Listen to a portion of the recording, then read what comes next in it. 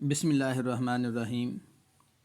Professor عمر فاروق چیمہ، شعبہ Urdu, apex group of colleges, on line lectures, Urdu لازمی سال اول۔ بیٹا آج کا ہمارا موضوع ہے حصہ گرامر میں ادبی اصطلاحات۔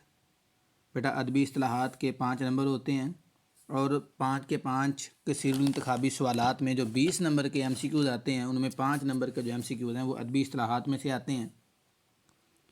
بیٹا ادبی اصطلاحات میں 3 چیزیں ہیں۔ نمبر 1 تشبیہ، نمبر 2 استعارہ، نمبر 3 تلمیح۔ سب سے پہلے ہم ان کی تعریف کو دیکھیں گے، اس کے بعد ڈیٹیل کی طرف چلیں گے۔ سب سے پہلے ہے تشبیہ، کسی ایک چیز کو اس کی مشترک وصف یا بنا پر یا خوبی کی بنا پر کسی دوسری چیز کی مانند قرار دینا تشبیہ کہلاتا ہے۔ نمبر 2 استعارہ، کسی لفظ کو مجازی معنوں میں اس طرح استعمال کرنا کہ اس کے حقیقی اور مجازی معنوں میں تشبیہ کا تعلق ہو، استعارہ کہلاتا ہے۔ نمبر 3 تلمیح، کلام میں کسی مشہور بات، واقعہ، قصہ، حدیث یا جگہ کی طرف اشارہ کرنے کو تلمیح کہتے ہیں۔ سب سے پہلے بیٹا ہم تشبیہ کو دیکھتے ہیں۔ کسی بھی چیز کو اس کی مشترک وصف، خوبی کی بنا پر کسی دوسری چیز کی مانند قرار دینا تشبیہ کہلاتا ہے۔ مثلا نازکی اس کے لب کی کیا کہیے، پنکھڑی ایک گلاب کی سی ہے۔ اس شعر میں بیٹا لب کو گلاب کی پنکھڑی سے تشبیہ دی گئی ہے اور نزاکت دونوں میں مشترکہ وصف ہے، مشترکہ خوبی ہے۔ اگر ہم مزید ڈیٹیل سے دیکھنے کے لیے ہم ارکان تشبیہ بھی دیکھیں گے، لیکن میں آپ کو بتاتا چلوں کہ تشبیہ عربی زبان کا لفظ ہے۔ یہ لفظ شبہ سے نکلا ہے، جس کے معنی مشابہت یا کسی چیز کو دوسری چیز کی مانند یا اس جیسا قرار دینا ہے۔ تشبیہ کے لغوی معنی مانند یا طرح قرار دینا ہے، اور یہ عربی زبان کا لفظ ہے۔ بیٹا ارکان تشبیہ 5 ارکان تشبیہ ہیں، جن میں سب سے پہلے ہے مشبہ۔ مشبہ بیٹا کہتے ہیں جس چیز کے لیے تشبیہ لی جائے یا تشبیہ دی جائے اس کو مشبہ کہتے ہیں۔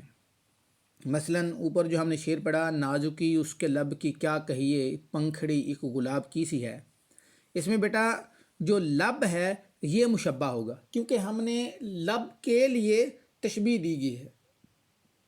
ہم نے لب کے لیے تشبیہ دی ہے، کس سے؟ پنکھڑی گلاب سے۔ ایک گلاب کی پنکھڑی سے ہم نے لب کو تشبیہ دی ہے، لہذا لب اس میں مشبہ ہوگا اور گلاب کی پنکھڑی مشبہ بہ ہی ہوگا۔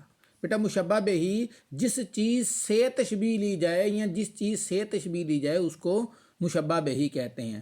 اور اس شعر میں گلاب کی جو پنکھڑی ہے وہ مشبہ بہ ہی ہے، کیونکہ لب کے لیے تشبیہ دی گئی ہے اور گلاب کی پنکھڑی سے تشبیہ دی گئی ہے۔ بیٹا اس میں ہے وجہ شبہ۔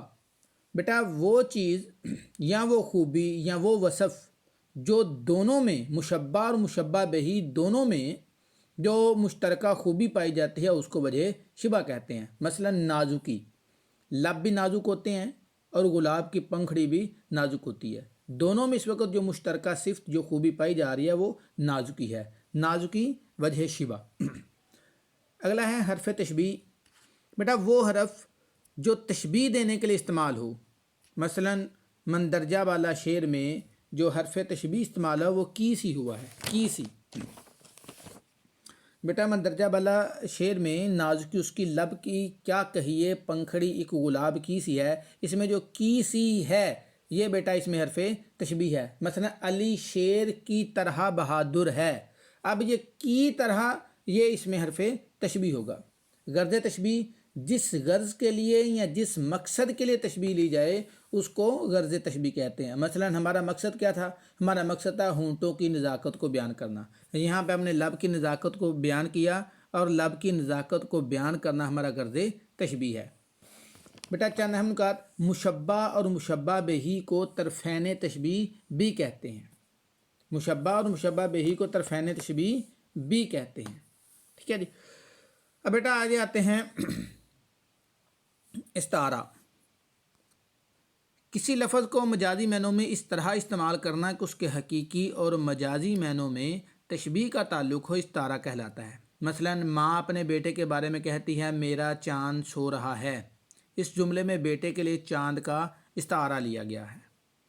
بیٹا استعارہ اس میں اور تشبیہ میں یہ فرق ہے کہ تشبیہ میں مشبہ استعمال ہوتا ہے، یعنی کہ وہ لفظ یا چیز استعمال ہوتی ہے جس کے لیے ہم نے تشبیہ دینی ہوتی ہے، جبکہ استعارہ میں وہ بیان نہیں کیا جاتا۔ مثلا ماں کہہ رہی ہے میرا چاند سو رہا ہے، اس میں چاند کس کو کہہ رہی ہے؟ ماں اپنے بیٹے کو کہہ رہی ہے چاند، اور یہاں پہ بیٹا استعمال نہیں ہوا۔ یہی فرق ہے تشبیہ میں اور استعارہ میں۔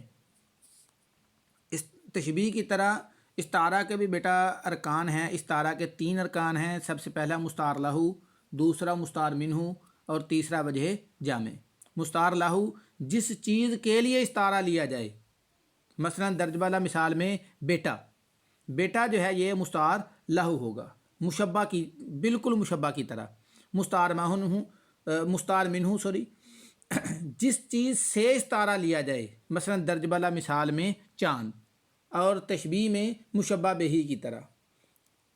جس طرح بیٹا مشبہ اور مشبہ بہی دونوں کو طرفین تشبیہ کہا جاتا ہے، بالکل اسی طرح مستعار لہو اور مستعار منہ دونوں کو طرفین استعارہ بھی کہا جاتا ہے۔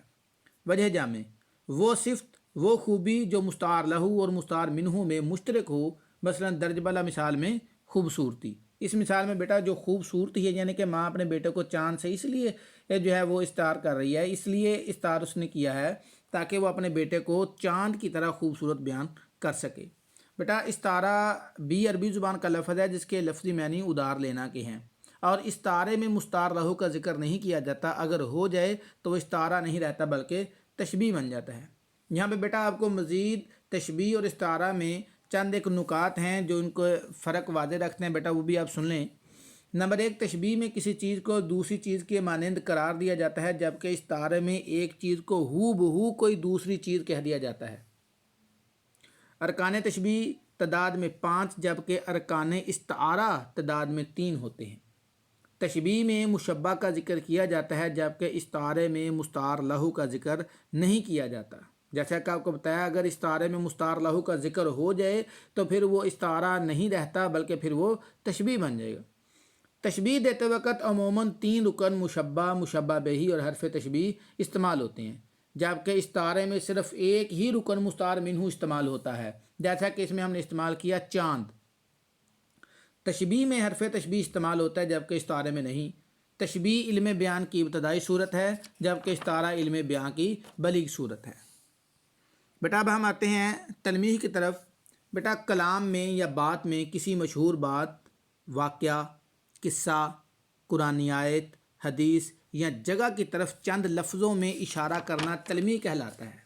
مثلا ہم ایک چھوٹا سا جملہ یا چند ایک الفاظ بولتے ہیں، 1 یا 2 یا 3 الفاظ بولیں تو اس سے ایک بڑا مشہور واقعہ، قصہ، حدیث، آیت جو ہے وہ سامنے آ جائے یا وہ اس کو یاد آ جائے تو سمجھے کہ یہ تلمیح ہے۔ مثلا ابن مریم ہوا کرے کوئی، میرے دکھ کی دوا کرے کوئی۔ بیٹا اس شعر میں جو ابن مریم تلمیح ہے، جو حضرت عیسیٰ علیہ السلام کے بیماروں کے تندرست کر دینے کے معجزے کی طرف اشارہ ہے۔